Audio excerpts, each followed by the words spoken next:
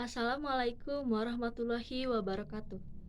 Perkenalkan, nama saya Tiara Eka Ramawati Putri dengan NIM 24210065, Program Studi Pendidikan Bahasa dan Sastra Indonesia, Institut Keguruan dan Ilmu Pendidikan Siliwangi. Di video kali ini, saya akan mempresentasikan hasil laporan dan rancangan pembelajaran yang saya buat. Mata kuliah teori belajar bahasa yang diampu oleh Ibu Latifah MPD dengan mengedepankan teori belajar humanistik. Yang pertama ada pendahuluan, latar belakang teori belajar bahasa.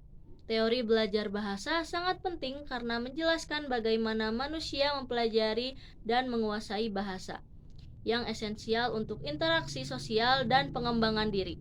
Kemampuan berbahasa memungkinkan komunikasi efektif dan ekspresi pikiran.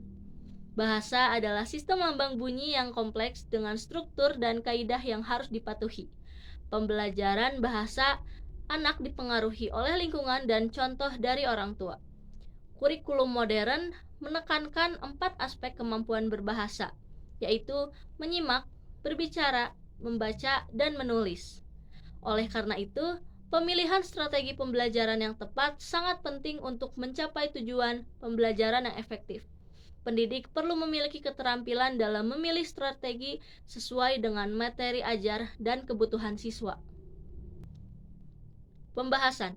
Pengertian teori belajar humanistik. Teori belajar humanistik menempatkan manusia sebagai pusat pembelajaran dan menekankan potensi individu untuk tumbuh serta mencapai aktualisasi diri. Teori ini melihat manusia sebagai agen aktif dalam proses belajar dengan fokus pada pengalaman subjektif dan emosi.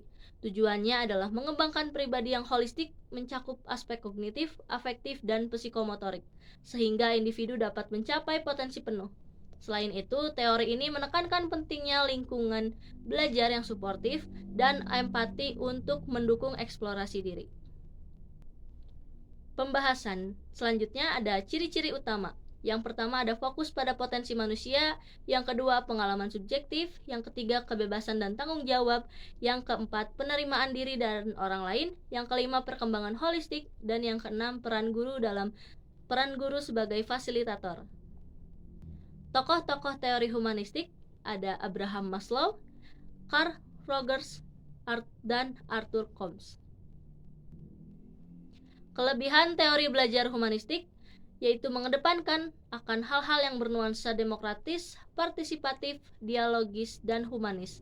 Suasana pembelajaran yang saling menghargai, adanya kebebasan berpendapat, kebebasan mengungkapkan gagasan, keterlibatan peserta didik dalam berbagai aktivitas di sekolah, dan lebih adalah kemampuan hidup bersama atau komunal bermasyarakat di antara peserta didik yang tentunya mempunyai pandangan yang berbeda-beda. Kekurangan teori belajar humanistik. Teori humanistik tidak bisa diuji dengan mudah. Banyak konsep dalam psikologi humanistik, seperti misalnya orang yang telah berhasil mengaktualisasikan dirinya, ia masih buram dan subjektif. Psikologis humanistik mengalami pembiasaan terhadap nilai individualis. Siswa yang tidak menyadari dan memahami potensi dirinya akan tertinggal dalam proses belajar.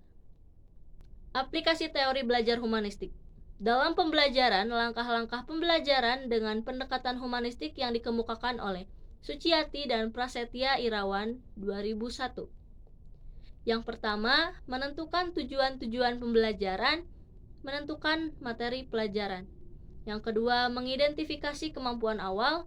Yang ketiga, mengidentifikasi topik-topik pembelajaran yang memungkinkan siswa secara aktif melibatkan diri atau mengalami dalam belajar.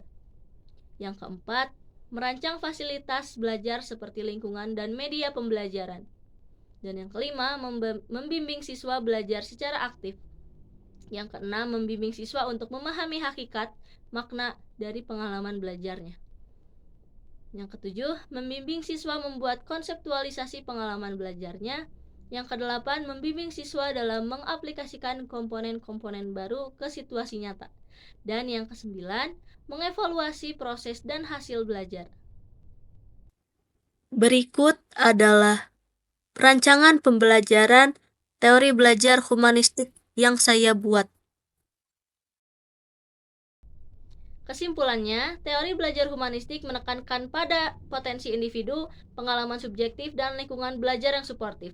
Dengan fokus pada pembelajaran yang berpusat pada siswa, teori ini mendorong perkembangan holistik siswa di aspek kognitif, afektif, dan psikomotorik, serta menciptakan lingkungan belajar yang demokratif dan partisipatif.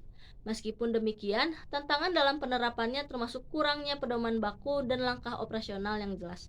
Walaupun ada kendala, teori humanistik tetap relevan untuk praktik pendidikan yang mendukung perkembangan potensi manusia secara utuh. Memerlukan komitmen dan kreativitas dari pendidik. Yang terakhir ada saran. Yang pertama, pertimbangkan kebutuhan individual siswa. Setiap siswa memiliki kebutuhan belajar yang berbeda. Pendidik perlu mengembangkan strategi yang menyesuaikan dengan gaya belajar dan potensi masing-masing siswa. Yang kedua, buat lingkungan belajar yang suportif. Lingkungan belajar yang aman, menerima, dan menghormati perbedaan sangat penting untuk mendorong siswa untuk belajar dan mengembangkan potensi mereka. Yang ketiga, mendorong partisipasi aktif, memberikan kesempatan kepada siswa untuk berpartisipasi aktif dalam pembelajaran, mengajukan pertanyaan, berdiskusi, dan berkolaborasi. Yang keempat, fokus pada pengalaman dan makna. Hubungan materi pelajaran dengan pengalaman hidup siswa dan bantu mereka menemukan makna dalam pembelajaran.